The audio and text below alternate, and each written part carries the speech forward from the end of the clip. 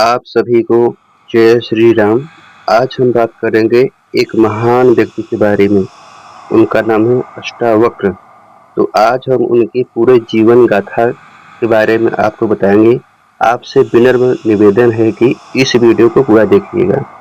ये इतनी महान गाथा है, इतनी महान कहानी है कि आपको अवश्य सुननी चाहिए। तो चलिए वीडियो को शुरू करते हैं। सबसे पहले आज हम बात करेंगे कि उनका जन्म कैसा हुआ था, कैसे हुए थे उनके जन्म और उनके बाद क्या क्या हुआ था।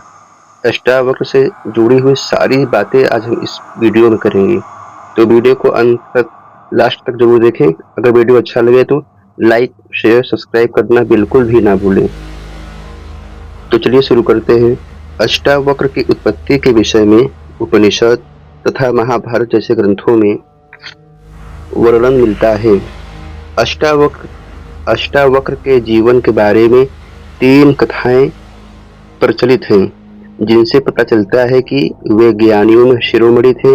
ऐसा कहा जाता है कि उद्दालक मुनि अपनी गुरु भक्ति तथा निष्ठा के लिए बहुत प्रसिद्ध थे। उन्होंने गुरु की सेवा करके वेदांत का पूर्ण ज्ञान प्राप्त कर लिया था। उद्दालक मुनि के पुत्र का नाम श्वेत केतु था। उद्दालक मुनि की एक पुत्री भी थी जिसका नाम सुजाता था। उद्दालक मुनि के आश्रम में अनेक ब्राह्मण बालक ब्रह्म विद्या का अध्ययन करने हेतु आते थे। उनमें उद्दालक के सबसे प्रिय शिष्य का नाम था कहोड़। उसकी गुरु भक्ति से प्रसन्न होकर उद्दालक मुनि ने उसे वेद शास्त्रों का पूर्ण ज्ञान प्रदान किया। साथ ही अपनी पुत्री सुजाता का विवाह भी उससे कर दिया। कुछ समय बीतने के बाद सुजाता ने गर्भ धारण किया। उसके गर्भ में एक सूर्य के समान तेजस्वी शिशु आया। उस गर्भ में स्थित शिशु ने एक दिन अपने वेद शास्त्र के ज्ञाता पिता से गर्भ में से कहा कि पिताजी, आप रात दिन वेद शास्त्र का अध्ययन करते हैं, परंतु आपका उच्चारण सम्यक रूप से शुद्ध नहीं होता। कहीं ऐसा न हो कि आपके शिष्य अशुद्ध वेद मंत्रों का उच्चारण करें और आप संसार में उपहास के पात्र बने। शिष्यों के मध्य में बैठे हुए मुनि ने अपने पुत्र के ऐसे अपमान पूर्ण वचनों को सुना तो वे तिलमिला गए कि उन्हीं का पुत्र उन्हें ही उपदेश दे रहा है जो अभी पैदा भी नहीं हुआ है। उसी समय उन्होंने गर्भस्थ शिशु को शाप दिया कि तू गर्भ में रहते हुए ही ऐसे टेढ़ी मेढ़ी बातें करता है, इसलिए जा तू 8 अंगों से टेढ़ा मेढ़ा हो जाएगा। और ऐसा हुआ भी, अर्थात पिता के ऐसा शाप देने पर शिशु 8 स्थानों से टेढ़ा मेढ़ा पैदा हुआ। इसलिए उनका नाम अष्टावक्र रख दिया गया। जिस दिन अष्टावक्र पैदा हुए उसी दिन उद्दालक मुनि के यहाँ भी एक पुत्र का जन्म हुआ जिसका नाम श्वेत केतु रखा गया। इस तरह मामा भांजे का जन्म एक ही दिन हुआ। जब अष्टावक्र के पैदा होने में कुछ समय बचा था तब अष्टावक्र की माता सुजाता ने अपने पति कहोड़ से कहा कि हमारे यहाँ शिशु का जन्म होगा, उसके कुछ संस्कार आदि करने हेतु धन की व्यवस्था कीजिए। उस समय विदेहराज जनक अपनी दानशीलता तथा ज्ञान के लिए बहुत अधिक विख्यात थे। उनके दरबार में अनेकों विद्वान नित्य ब्रह्म की चर्चा किया करते थे। उनमें एक बंदी नाम का उच्च कोटि का ब्राह्मण भी था। अपने पांडित्य के कारण उसके दरबार में बड़ी धाक थी। अष्टावक्र के पिता कहोड़ ज्यों ही जनक के दरबार में पहुंचे, बंदी ने उन्हें शास्त्रार्थ करने को कहा। बंदी की यह शर्त थी कि जो शास्त्रार्थ में पराजित हो जाएगा उसे जल में डुबो दिया जाएगा। इससे पूर्व भी बंदी अनेक विद्वानों को नदी में डुबा चुके थे। कहोड़ के साथ बंदी का शास्त्रार्थ शुरू हुआ। बंदी ने कहोड़ को शास्त्रार्थ में परास्त कर दिया और जैसा कि शर्त थी उसके अनुसार कहोड़ को नदी में डुबो दिया जाता है। अष्टावक्र की माता सुजाता को यह जब दुखद समाचार मिला तो वह बहुत दुखी हुई और अपने पिता उद्दालक मुनि के पास ही जाकर रहने लगी। सही समय आने पर अष्टावक्र पैदा हुए। वे जन्म से ही वेद शास्त्रों के ज्ञाता थे।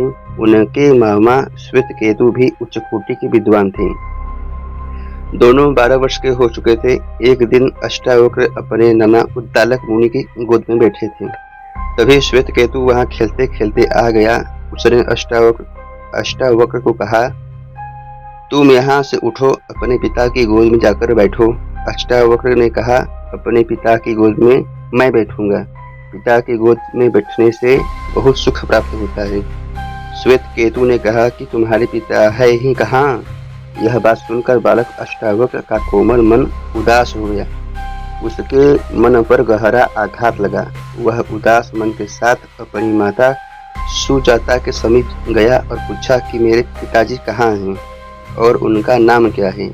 इस प्रश्न को सुनकर माता की आंखों में पतिवियों के आंसू छलक गए। आंसू भरी हुई आंखों से उन्होंने कहा, बेटा, तुम्हारे पिताजी को बंदी ने शास्त्रार्थ में हराकर उन्हें नदी में डुबो दिया। मैं ऐसी अभागिन हूँ जो तुम्हारे पिता के दर्शन भी नहीं करा सकी। अपनी माँ के द्वारा अपने पिता के विषय में यह बात जानकर अष्टावक्र के मन में तीव्र रोष उत्पन्न हुआ और प्रतिशोध की भावना जागृत हुई। विदेहराज जनक का पता पूछते हुए अष्टावक्र उनके दरबार की तरफ निकल पड़े। उनके मामा श्वेतकेतु भी उनके साथ साथ गए। दोनों जनकपुरी पहुंचे। दोनों यज्ञशाला की ओर जा रहे थे कि उधर से राजा जनक की सवारी भी हाथी पर आ रही थी। अष्टावक्र एवं श्वेतकेतु दोनों राजमार्ग के बिल्कुल बीचों बीच चल रहे थे। राजा के सेवक बालकों को मार्ग से हटाने का प्रयास करने लगे तो अष्टावक्र ने निडरता पूर्वक कहा कि नहीं, राजा से भी पूर्व ब्राह्मण को मार्ग मिलना चाहिए, क्योंकि ब्राह्मण जन्म से ही गुरु होते हैं।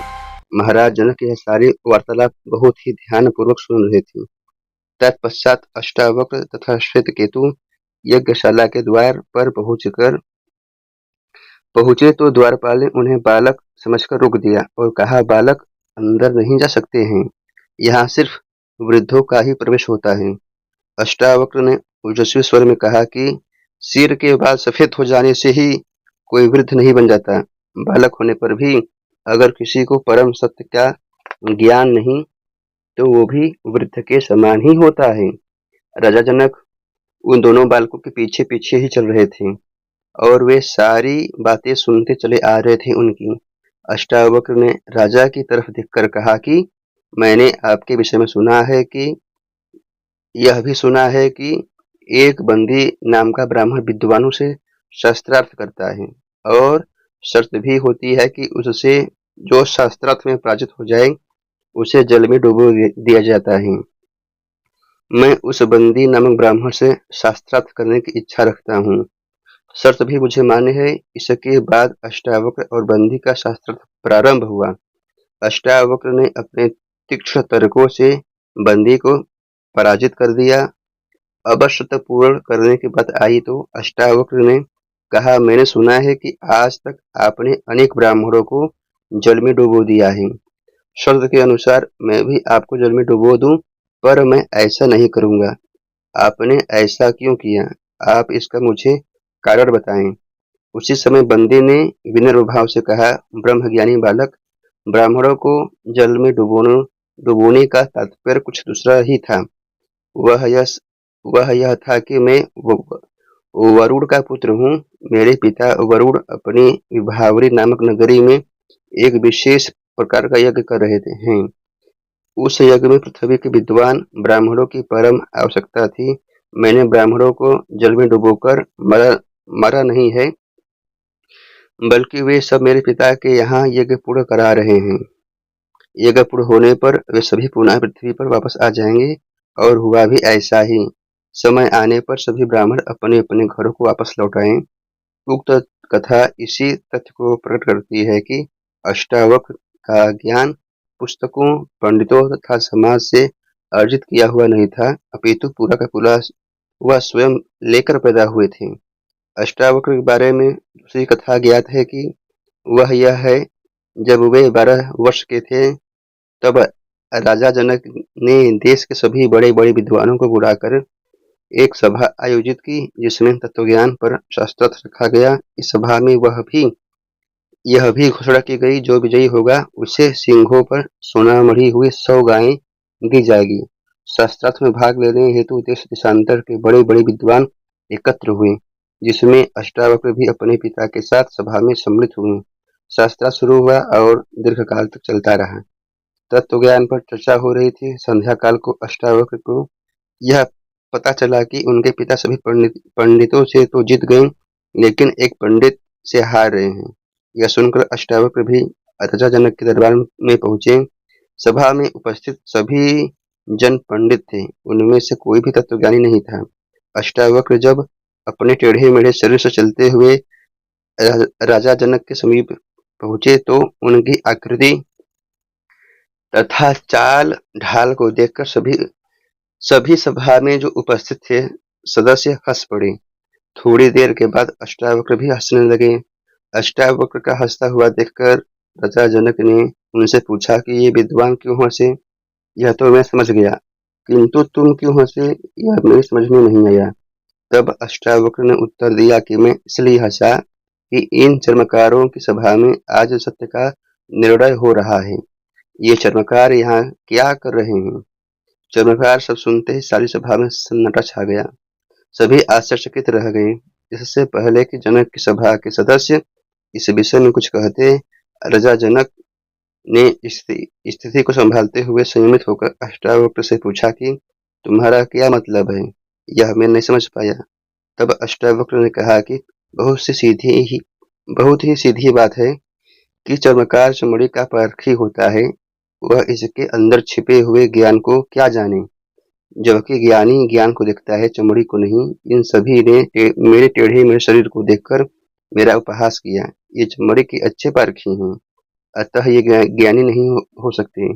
हे राजन, जैसे मंदिर के टेढ़ा होने से आकाश टेढ़ा नहीं होता और मंदिर के गोल होने से या लंबे होने से आकाश गोल या लंबा नहीं होता, क्योंकि आकाश का मंदिर से कोई संबंध नहीं होता, वैसे ही आत्मा का शरीर के साथ कोई संबंध नहीं होता। आत्मा सर्वत्र है और सभी में नित्य रहने वाली है, जबकि शरीर अनित्य है। शरीर के गुण धर्म आत्मा के कभी नहीं हो सकते। ऐसा सुनकर राजा जनक बड़े प्रभावित हुए। वे अष्टावक्र के चरणों में गिर पड़े। उन्होंने अष्टावक्र को आत्मज्ञान का उपदेश प्रदान करने के लिए अपने महल में आमंत्रित किया। अगले दिन तक जब अष्टावक्र राजा जनक के दरबार में पहुंचे तो जनक ने उन्हें सिंहासन पर बैठाया और स्वयं उनके चरणों में बैठे तथा शिष्य की भावना से अपनी इच्छाओं को इस 12 वर्ष के बालक अष्टावक्र के समाधान कराया। तो ये वीडियो आपको कैसी लगी कमेंट बॉक्स में अवश्य बताएं।